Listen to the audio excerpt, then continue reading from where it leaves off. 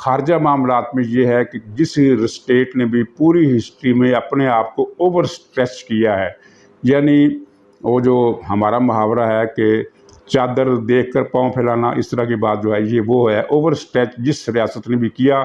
وہ برباد ہو گئی، وہ چاہے رومنوں کی تھی، چاہے وہ اب حالیہ دور میں سوویت یونین کی تھی، اور بہت ساری مثالیں آپ کو ملے گی کہ جس نے بھی اوور اسٹریچ کیا وہ مارا گیا۔ اور اندرونی داخلی محاذ پر ایک ظالم ریاست جو وہ ہوتی ہے اس کو تشبیہ ابن خلدون نے خاص طور پر دی ہے کہ تلوار کی تیز دھار سے، لیکن اس نے لکھا ہے کہ تلوار کی دھار کو ایک حد سے زیادہ تیز کیا جائے گا تب بھی ریاست برباد ہو جائے گی۔ اور ناظرین، ایران نے یہ دونوں کام کیے ہیں جو ان کو سمجھداری سے، یعنی اصل میں ہوتا کیا ہے، غلطی یہ ہوتی ہے کہ جب ایک طرف آپ بڑھتے ہیں، ناجائز اقدام کرتے ہیں اور اس میں آپ کو کامیابی ہوتی ہے تو آپ کا حوصلہ بلند ہوتا ہے، آپ آگے بڑھ جاتے ہیں۔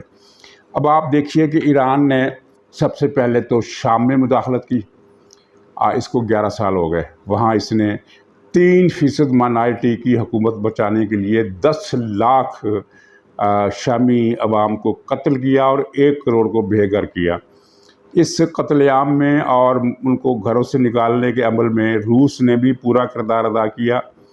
لیکن غالب کردار جو ایران کا تھا۔ اس وقت 1 کروڑ شامی شہری ایسے ہیں جو وطن چھوڑ کر ترکی، لبنان، یورپ اور مڈل ایسٹ کے دوسرے ملکوں میں پناہ گزین ہے۔ شام کی ٹوٹل آبادی 3 کروڑ ہے، جن میں سے 1 کروڑ آبادی اس وقت ملک سے باہر ہے، اور 1 کروڑ آبادی وہ ہے جو ہے تو ملک کے اندر لیکن اپنے شہروں میں نہیں ہے۔ یعنی اس طرح سمجھ لیجئے کہ جس طرح سوات میں ایک آپریشن ہو، سوات سارے کا سارا خالی ہو جائے اور کراچی لوگ شفٹ کر جائیں، تو اس طرح کی صورتحال ہے۔ شام میں جو علاقہ ترکی کے کنٹرول میں ہے، 40 لاکھ مہاجر تو صرف اسی ایک ڈسٹرکٹ میں ہے، ایک چھوٹا سا صوبہ ہے ہماری ڈسٹرکٹ کے برابر ہے، وہاں 40 لاکھ کی آبادی وہاں پناہ گزین اور وہاں ترکی کا کنٹرول ہے۔ اسی طرح ترکی نے شام کے بارڈر کے ساتھ ساتھ ایک سیف زون شام کے علاقے کے اندر بنایا ہوا ہے، تو 10-12 لاکھ مہاجر وہاں بھی ہیں۔ یعنی اس وقت شام جو ہے عملاً آبادی سے خالی ہے، صرف دمشق جو ہے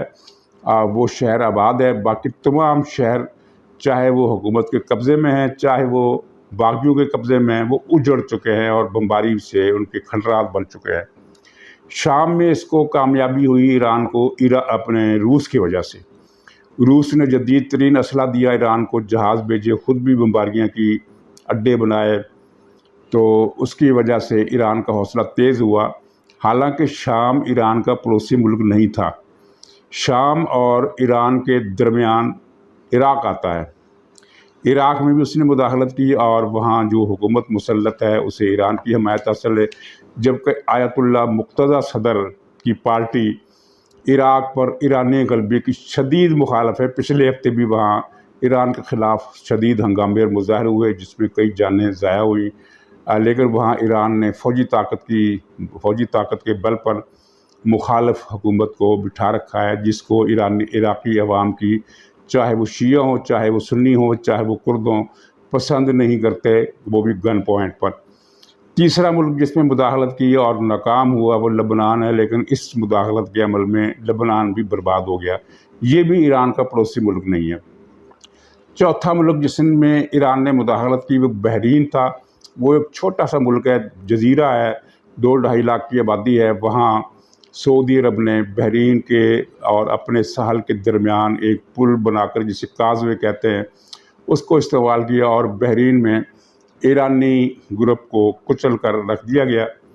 5واں ملک جس میں ایران نے مداخلت کی وہ ہے یمن، جس کی جنگ کو اب 8 سال ہونے کو آ گئے۔ یمن اس وقت ڈیوائیڈڈ ہے، جنوب کا سارا علاقہ سعودی اتحادی فوج کے قبضے میں ہے، لیکن شمال مغرب کا بیشتر علاقہ جو ہے وہ حوثیوں کے قبضے میں ہے، جن کو ایران کی حمایت حاصل ہے۔ اس جنگ میں 1 لاکھ یمنی مارے گئے ہیں۔ شام میں مرنے والوں کی تعداد 10 لاکھ، یمن میں 1 لاکھ۔ اور یمن کے حوثیوں کے اڈوں سے ایران نے ہزاروں ڈرون طیارے اور میزائل سعودی عرب کی سرزمین پر داغے، لیکن سعودی عرب کے پاس بہتر ایئر ڈیفنس سسٹم ہونے کی وجہ سے ان میں سے بیشتر جو تھے وہ رستے بھی تباہ کر دیے گئے اور وہ ہدف تک نہیں پہنچ سکے۔ یمن کی جنگ نے ایران کا اقتصادی طور پر گویا کہ دیوالیہ نکال دیا، کیونکہ وہاں اربوں ڈالر کا خرچہ ہوا، لیکن جو ییلڈ تھی اس خرچے کی وہ تقریباً یوں سمجھ لیجئے کہ آپ نے اگر 1 روپیہ انویسٹ کیا ہے تو آپ کو آپ کے اصل زر میں بھی 14 آنے کی کمی ہوگی، 2 آنے رہ گئے۔ فائدہ اس کو کچھ خاص نہیں ہوا، بلکہ سرے سے نہیں ہوا، کیونکہ سعودی عرب کی معیشت کو اس جنگ سے نقصان نہیں پہنچا۔ شروع کے برسوں میں، جب پہلے 4 برسوں میں سعودی عرب کی معیشت دباؤ میں آئی، لیکن پھر انہوں نے ایک ایسی اسٹریٹجی اختیار کی جس کے تحت انہوں نے اپنے مقبوضہ علاقوں کو قلعہ بند کیا۔ مقبوضہ سے مراد کہ جو علاقے ان کے کنٹرول میں تھے سعودیوں کے، سعودی اتحاد کے، ان کو کنسولیڈیٹ کیا اور آگے بڑھنے سے گریز کیا۔ گویا کہ اپنا جنگی خرچہ انہوں نے بہت کم کر دیا، جبکہ ایران نے نہیں کیا۔ اچھا، اس سارے معاملے میں اسے روس کی حمایت حاصل تھی۔ روس پھنس گیا یوکرائن کے اندر، اور یوکرائن کے اندر پھنسنے کی وجہ سے وہ ایران کی پہلے جیسی مدد نہیں کر پا رہا۔ اوپر سے ایران پر پابندیوں میں بہت زیادہ اضافہ ہو گیا، اور یعنی خارجہ اور داخلہ 2 بڑے بلنڈر، فیٹل بلنڈر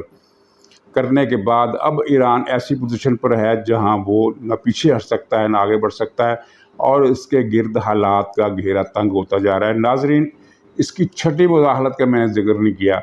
کیونکہ وہ معاملہ ہے سینسٹیو اور ہمارے پاکستان کے ساتھ منسلک ہے۔ اس کی تفصیلات میں نہیں بتاؤں گا، صرف ایک پوائنٹ سیاسی حوالے سے جو قدرے سیف ہے وہ میں بتا رہا ہوں کہ جب 2014 کا دھرنا ہوا تھا تو عمران خان کی کمک کے لیے 3000 ایرانی گلگت کے راستے اسلام آباد پہنچے تھے، اور یہ جو ذمہ داری تھی جو چھپ چکی ہے اخبارات میں، آپ کے بھی علم میں ہے کہ وزیر اعظم ہاؤس پر قبضہ کر کے نواز شریف کو قتل کرنے کا جو پلان تھا وہ دراصل انہی 3000 دستوں کے سپرد کیا گیا تھا۔ یہ دستے پھر واپس گلگت چلے گئے۔ اب اس سے زیادہ میں بات نہیں کروں گا۔ تو ایران کی صورتحال سے اگر آپ کو دلچسپی ہے تو الجزیرہ ٹی وی، BBC اور عربیہ اور دوسری ویب سائٹ کو نظر میں رکھیے، کیونکہ ان کی خبریں جو ہیں وہ پاکستان کی میڈیا پر اس طرح نہیں چھپتی، اگر چھپتی بھی ہیں تو اس طرح کہ مرنے والوں کی تعداد اتنی ہو گئی اور اتنی شہر میں مظاہرے، لیکن وہاں ایکچولی ہو کیا رہا ہے، عوام کے اندر ابلنے والے لاوے کی شکل و صورت کیسی ہے، اس کے لیے آپ کو انٹرنیشنل میڈیا پر آپ کو کنسنٹریٹ کرنا پڑے گا۔ ان کے ساتھ خود کو ٹیون ان رکھیے اور حالات سے باخبر ہوتے رہیے۔ حالات ایران کے لیے بہت نازک ہیں،